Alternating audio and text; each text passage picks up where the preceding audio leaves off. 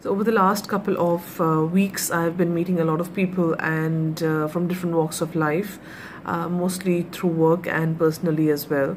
And what is interesting to see is that how people respond to you based on what they perceive of you, right? And I'm sure everybody has gone through that. And what I do wanted to actually share about that is that it doesn't matter what they perceive. It does not matter how they're looking at it. As long as you're getting out of your comfort zone, that is the first step. Getting out of your comfort zone means that you're using a part of your brain that is not usually used, because the part of the 95% of the brain that we use is actually autopilot. So anything that you do which is not autopilot means that you're using the conscious part of the brain. And when you start doing that, you are also starting to change or rewire, literally rewire your brain. So it's in a way, in my matter of speaking, what happens. So why is it autopilot? Because the neurons in our brain, they become in a set pattern. So there is, as you know, that if we go, for example, if you're driving from office to home or vice versa, and we take the exact same route, it becomes autopilot by the 5th time or the 3rd time or maybe the 10th time, right? We know what bumps would come, we know where the red light would be, and depending on the time of the day or evening, we will know exactly what kind of traffic we will get. So it is such an autopilot that we don't even need to be looking at the road when we're driving, right? So similarly, the neurotransmitters in our brain, because we're using only certain patterns, we're only using patterns that are already preset, right? In the initial years, in the first 7 years of our childhood.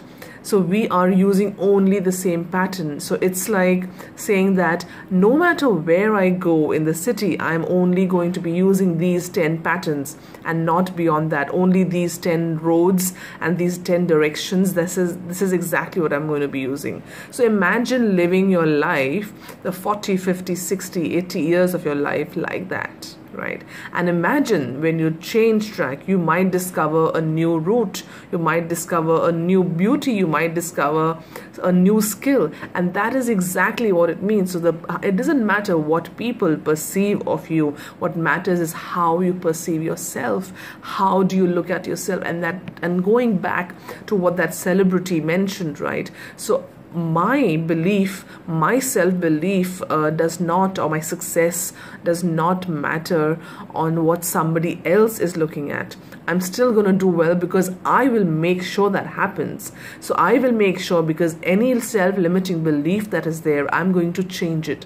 And that's the success mantra. If there is that one success mantra that has made somebody famous, or that has made somebody richer and kept them richer, is just this. It is just the fact that I have a positive self-limiting belief. Now that positive self-limiting belief says, no matter what I do, no matter what business I do, no matter who I speak to, I have meaningful relationships.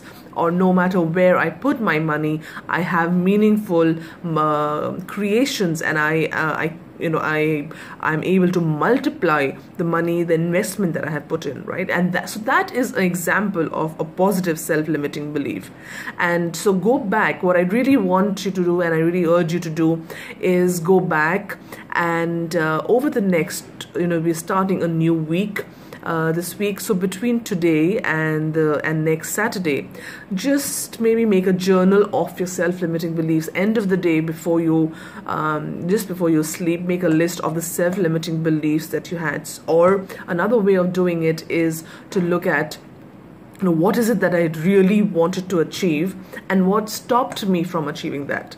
And a very hard-hitting, candid admission. So this needs to be a very candid exercise every day for the next 7 days. And let's talk about it at the end of the 7th day. So next Saturday, let's talk about how that turns out. I'm going to be doing it.